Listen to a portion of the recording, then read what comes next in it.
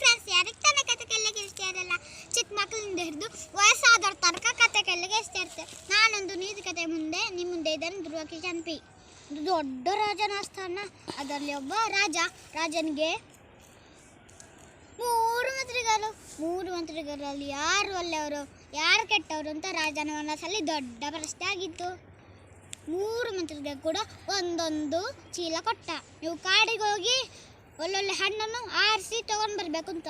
3 ಮಂತ್ರಿ ಕೂಡ ಕಾಡಿಗೆ ಹೋಗಿದ್ದರು.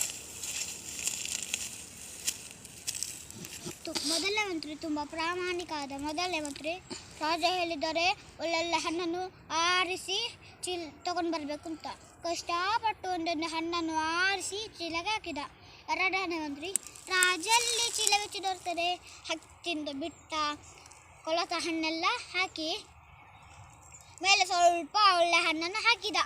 ಮೂರನೇ ಮಂತ್ರಿ ರಾಜಲ್ಲಿ ಅರೆಯಲ್ಲಿ ಚೀಲ ಬಿಚ್ಚಿ ದೊರೆತದೆ ಕಸ ಕಡ್ಡಿ ಮುಳ್ಳು ಮಣ್ಣು ಹಾಕಿ 3 ಮಂತ್ರಿ ಕೂಡ ರಾಜನ ಆಸ್ಥಾನಕ್ಕೆ ಹೋದರು. ರಾಜನ ಮುಂದೆ ಇಟ್ಟರು. ಸೇವಕ, ಇವರು ತಂದ ಹಣ್ಣನ್ನು ಅವರವರ ಕೋಣೆಯಲ್ಲಿಡು. ಇವರಿಗೆ ಊಟ ತಿಂಡಿ ಏನು ಕೊಡಬೇಡ, ಇವರು ತಂದ ಹಣ್ಣಲ್ಲೇ ಇರಲಿ ಅಂತ. ಸೇವಕ ಕೂಡ ಹಾಗೆ ಮಾಡಿದ್ದ.